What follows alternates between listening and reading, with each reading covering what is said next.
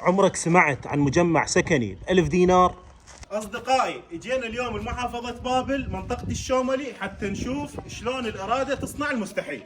بيت ب1000 دينار، مبادرة أسسها شرطي عراقي عالي الإنسانية يجمع بها التبرعات لبناء وحدات سكنية لليتامى والمحتاجين. اليوم السيف عباس قطوف منتسب بالقوات الأمنية هو صاحب هذا المشروع. شلونك حبيبي سيوفي؟ حياكم الله. احكي لنا شنو المعوقات اللي واجهتك وشلون قدرت تعالجها؟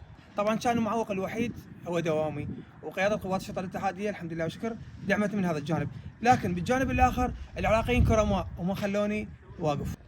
قدر سيفو من خلال تبرعات الناس إنشاء مدينة كاملة سماها الخير والعطاء، تتكون من 100 وحدة سكنية، إضافة إلى ملعب كرة قدم ومسجد وروضة للأطفال ومدرسة نموذجية.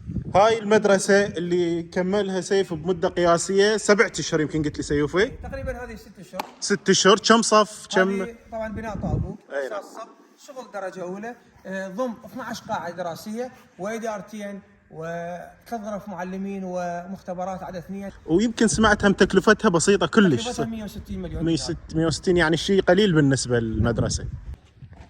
هذا شنو سيوفي؟ هذا دار رقم 1، نموذج تم اكماله 100%. كامل هسه نعم. 100%. شوفوا على شنو يحتوي، خلينا نشوفه. يحتوي اول شيء على استقبال، اول شيء هذا الاستقبال، وهذه صالة كبيرة طبعا، يمكن 4 في 5 مو؟ نعم. اي كبيرة. مزودة بلازما. مزودة ببلازما. حمام داخلي. حمام داخلي. مطبخ. غرفة نوم. وهذا ايضا مخزن. درج بيتونة.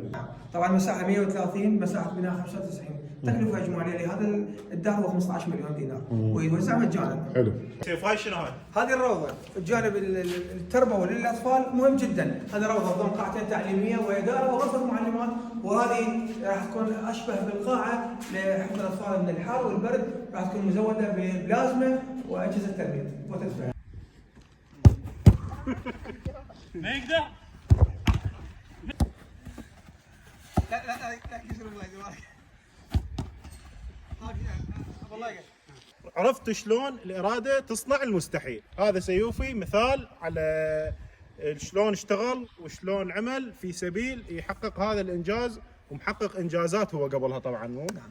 طبعا قبل 3 سنوات بديت بغرفة بسيطة، وتحولت من غرفة إلى دار، ومن دار إلى مجمع سكني، ومن مجمع سكني إلى مدينة، وأول مدينة بتاريخ العراق هذه.